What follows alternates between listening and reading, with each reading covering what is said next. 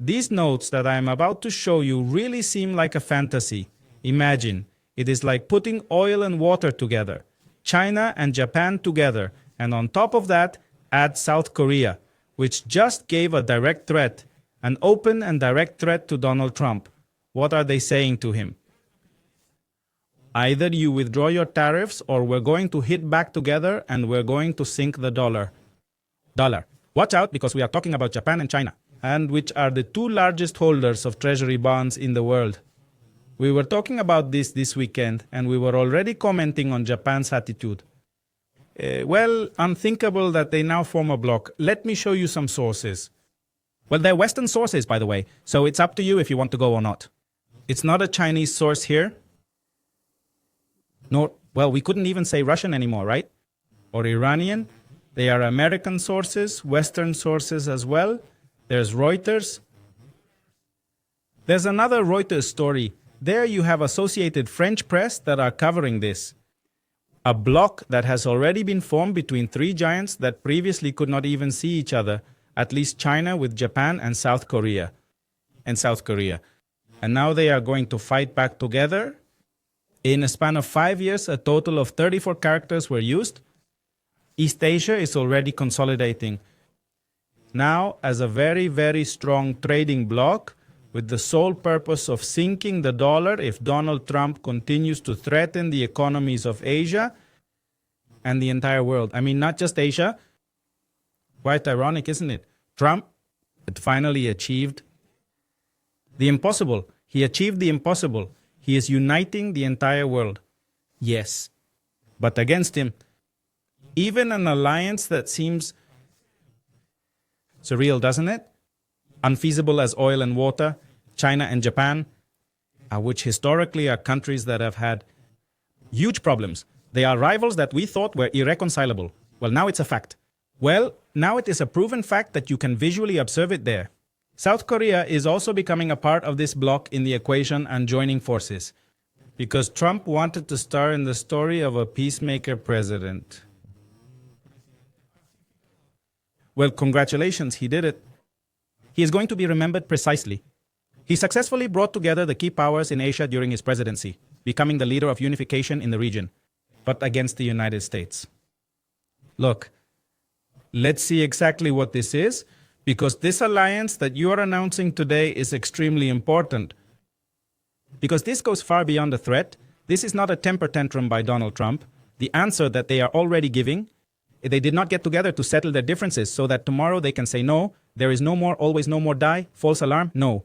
This happened just yesterday. At least yesterday it was made public that after 5 years they had not had high-level meetings. The trade ministers of China, Japan, South Korea met to discuss their trade relations, agreed to urgently accelerate their negotiations to sign a trilateral free trade agreement among themselves. Something like what we have or had, I do not know if we still have it, a trade agreement. I don't know if we still have it, a trade agreement with the United States, Canada, and Mexico, because the essence of that agreement is supposed to be not to charge tariffs or taxes, and it seems that we don't have anything. But now China, South Korea, and Japan are saying, we have to protect ourselves. We have to protect ourselves from this madman. How are we going to do it together? We are going to overcome our differences. It's something that seemed impossible to them, isn't it? Because they are countries that have deep historical conflicts, territorial conflicts, invasions among them, right? And mind you, we are not talking about small or insignificant countries. According to official World Bank data of 2023, to have more or less an idea of how this is going, China and Japan alone, between the two of them alone, account for 19% of the world gross domestic product. Imagine almost 20% of the gross domestic product between these two giants. And if we put them together, well, in silver, amounting to a staggering sum of $2 trillion in US Treasury bonds. Allow me to reiterate this astounding fact for emphasis. Between these two countries, these two are the ones that have lent money to the United States when it doesn't have enough money. We explained this over the weekend. The United States is deeply in debt. What we seldom ask ourselves, well, who does the United States borrow money from when it is in debt, which is a tenor and a tenor 2? The primary countries are China and Japan. They are the two major bondholders. $2 trillion in Treasury bonds they have between them. And they've already agreed among themselves to say, hey, I don't think they're going to pay us. It seems to me that these checks are sinfonicos, as we say in Mexico, without funds. And they are already talking. Now, if these two powers, Japan and China, watch out for this, decide to burn, retire, reduce, or get rid of those $2 trillion in U.S. Treasury, in U.S. debt Treasury bonds that they have lent money to the United States, you know what's going to happen to the economy in Washington? It's going to collapse. It's going to collapse. First, the dollar was worth gold. Then it was no longer worth gold because they ran out of it. Then it was worth oil. Then not anymore because they do not have oil. They plunder it from other countries. And Saudi Arabia and the United Arab Emirates said, no, don't count on me anymore. I am tired of your game. Then they said it was worth the debt. And now Japan and China said, I am very exhausted by the fact that you constantly owe me money. You never fulfill your payment obligations. And on top of that, you continuously threaten me. You saw, well, China threatening China. That is not something new. But now Trump threatening Japan. No, and they said, you know what? That was it. That was it. And well, if we add South Korea to that, which also, if we add, by the way, a little piece that South Korea has, well, we are already talking about this block of 3. Now you can see 24% of the global gross domestic product. Global GDP. In other words, together they control almost a quarter of world trade. This friend, if he is not a hackmate, I don't know what he is. But this is a very, very powerful figure, enough to generate the collapse of the dollar. As in addition, add to that the fact that China is part of the BRICS bloc, it is part of this alliance. And not only that, let's see what unites these giants that they said, you know what, that's it, man, now it's done. I won't forgive you for this one. The automotive industry, because both Japan and South Korea, well, they depend almost totally on the US market. That is where they sell their cars. Well, they said, well, China is going to be cool because they refuse to allow their vehicles to be sold in the United States market. However, we are bonded as brothers, inseparable soulmates. How can my dear Uncle Sam betray so many years of loyalty? Well, take it. Tariffs for you too, Japan. And you too, South Korea. Just on automotive components, we're talking about a blow to them, which is an affront to the $200 billion a year they sell to the United States. That they sell to the United States. And that Trump has hit them where it hurts the most, directly with the most aggressive tariffs on their friends, their lifelong allies. He imposed tariffs of up to 25% on automobiles to a maximum limit of 25%. In other words, this is even. There is no such thing as no because he is my friend, nor is this one because he has been my ally. He has been loyal and faithful to me. No, no, no. For Trump, it is first my teeth and then my relatives. And he will not forgive him for that. We were saying this weekend that this is why we are seeing how Toyota, Hyundai, Kia, well now, according to Trump, he says these are the threats to national security. Volkswagen. I mean, imagine either a Toyota, a Yaris, poses a significant threat to the State Department. A Corolla is a lethal weapon for the Pentagon. It's absolutely ridiculous to consider this as a threat to national security, people. There's no logical basis for it. And that's just what's triggering this diplomatic and trade crisis where these three powerhouses said, been there, done that with this madman, no more. And they are coming together, no matter how many differences they had. We are not just talking about cars. Remember that these three giants manage companies such as Samsung, LG, Toshiba, Sony. A significant portion of the microchips crucial to the US technology sector are manufactured in this location, contributing immensely to the industry. America is urgently in need of them. Donald Trump cannot claim to be entirely self-reliant and without the need for support from others, nor can he assert that the entire world owes him a debt of gratitude. Juan Kamane. Now, here comes the real danger for Trump. Because now that we are already seeing this alliance and how South Korea, China, and Japan, but especially South Korea and Japan, we are already saying we are not going to give more raw materials to the United States and it continues the way it's going. And China also said the same thing. So what is the United States going to do? Even in these notes, CNN is cited by Reuters as verifying what has been mentioned above. They said it very clearly. So I mean, literally, my friends, they are already building among themselves their own technological economic system parallel to that of the United States. And do you know what is going to happen little by little or not? Little by little, they are going to de-dollarize their economies. Right in the region with the highest economic growth on the planet, today they are giving Donald Trump a mega blow. And besides, this pact comes just when Trump, as we already know, is about to activate a new wave of tariffs that will be applied in the coming months. A fresh set of tariffs is scheduled to take effect within 48 hours. Only 2 days to go before this disaster that is going to be unleashed on Wall Street. And this, by the way, Donald Trump calls it, you know what? The day of Liberation Day. He dubs it Liberation Day, predicting its catastrophic effect on the US economy, a day that will forge a path of disaster. It is, folks, one of those phrases that would only come to mind given the fact that he believes he is saving America from foreign control, while in reality, he is causing significant economic deterioration plus damage to his own country. And the absurdity, folks, is that all those tariffs, because they're not a strategy, they're a tantrum, they're your favorite response every time, the balance of trade doesn't favor him. Trump has a very twisted way of saying that the whole world owes him.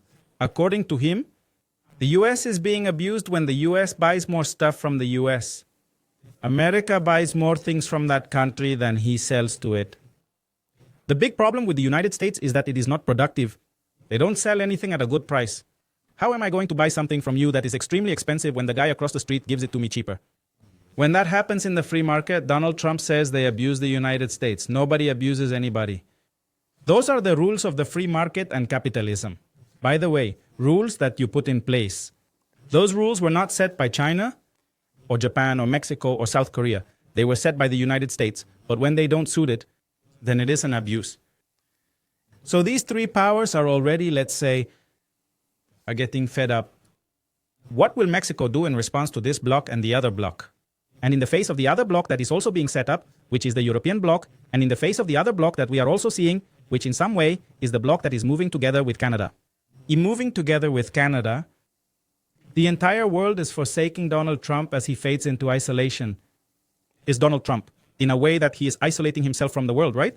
Isolating himself from the world, right? It's Donald Trump that is unpredictable, that he has no legs to stand on with these erratic policies, that his tariffs and his sanctions are arbitrary, that nobody in this world, there is not a single country in the world that defends what Donald Trump is doing, and that they're no longer going to accept a world where Washington wants to impose its rules and change them from one day to the next just because they no longer suit them. And the same role is being played by the rest of the countries that historically, for a considerable time, Mexico has played a prominent role as a valuable trading partner to the United States of America, ensuring advantageous commercial interactions between the two nations. And look, Canada has been an economic and military partner. And look, Japan has been a staunch supporter of the United States. We were talking this weekend about how they got Stockholm Syndrome in Japan after they were bombed twice. They had atomic bombs dropped on them. They were looted. They were forced to write a terrible constitution for Japan. Terrible constitution for Japan. They forced them to give up the possibility of having an army, to put US bases on their territory, and on top of that, to pay them to have those bases there. And yet Japan develops this Stockholm Syndrome. It falls in love with its aggressor, says he's my great ally, and on the weekend he finds out that, oh, surprise, he's not your ally. He's also against you. And Donald Trump devotes a speech to Japan saying Japan abuses the United States. And then, well, he turns now on China. And there you have it. The joke is already somehow is telling itself in this new reality where the whole international geopolitics is being rewritten with new alliances that were simply unimaginable before. No one could think that a China, a Japan, and a South Korea were going to be a trading alliance against the United States and to defend against the United States. And I think the most surprising thing, folks, is considering the open wounds of various nations, one can observe the unresolved tensions arising from the Japanese occupation in Korea and China that occurred during World War II. The disputes endured by these countries are evident, emphasizing the enduring impact of historical conflicts. Or not ancient disputes. One could say, well, that was in World War II. It was no, not yet, and they are still dragging disputes. They have territorial disputes over the Senkaku and Dokdo Islands. So, they put all that behind them and say, you know what? Like in the cartoons, when they unite against a greater evil to defeat an enemy, well, it looks like here it is. The same thing is happening here in Canada. There is a lot of increased trade tension after what we saw with steel, aluminum, the automotive industry. Mexico, which I also tell you, is affecting us very much with these aggressive policies, and the world is, well, not conspiring against the United States. It is Trump who wants to conspire against the world, and the world is simply not willing to play a sadistic game. That's why what's happening right now. Well, in Asia, we should care, and we should care a lot, because this emerging alliance between oil and water, China, Japan, and South Korea, is not an isolated event. It is already part of a pattern that we are seeing emerging from an uncertainty that Donald Trump is generating in world markets, and it is a logical reaction. Moreover, we would expect nothing less. Every country has to defend itself. Somehow, for some reason that we can't explain to ourselves, as Trump continues to believe that he can bend the whole world with threats, with trade blows, with these threats of invasion. Over the weekend, he launched them again against Greenland. And well, I was remembering the words of Joseph Nye, who was a very, very well-known international analyst for the term soft power, of the real power of a country that says that not only is the soft power, the real power of a country that says that it is not only in its weapons, but also in its credibility, After witnessing this, it becomes necessary to reflect upon this matter. Where is Donald Trump's credibility? And above all, where he is leaving the credibility of the United States with his allies and staunch friends, with its staunch allies and friends who gave up their lives literally for Washington, in the most extraordinary, among the most unimaginable wars, there were extraordinary battles beyond belief. And after so much blood, after so much gambling, well, it simply tells you there are no friends here, there are no allies here, there are no axes here. Donald Trump's only friend is Donald Trump. And there you have the consequences of precisely of what we are already seeing here. Incredible, isn't it? Thank you very much, as always, to all of our friends who are tuning in. Says Daisy B. Victor, I was watching another video of the car brands that Japan has. Says you forgot Mazda is also from the Japanese. Very true. Thank you, friend Daisy. Thank you, Daisy. Thank you for letting me know. Mr. X thinks Trump is nothing more than a joke. Adalul FRSP says it's about time to send them friendly for the cokes. And Jorge Vicente says, Trump is useless as president. He deserves impeachment for being corrupt. He is destroying his staunchest alliances. Ruben House says, first time live greetings to the beautiful, delicious Chihuahua. Greetings, my dear Ruben, friends. After Donald Trump, what ally will the United States have left? Who? Who will believe in the United States? Who will fight? Is it possible to end these wars? I have my doubts, even beyond the realm of military conflicts. They need to be stopped, though. In a commercial war, in an axis. He is going to be excluded from the world. Its credibility at this moment is zero. Its allies are none. Its allies are no longer Japan. It is no longer Spain. It is no longer the United Kingdom. It is not South Korea. It is certainly not Canada. Who is Donald Trump's ally? Name me one in the chat room. One that matters. He's running out of friends. And sooner or later, it's going to take its toll. Notice that on some occasions, someone heard this saying from someone who said that politics is for friends. Well, it seems to me that they should have taught him that. I think they should have taught that to Donald Trump. See you in the next podcast.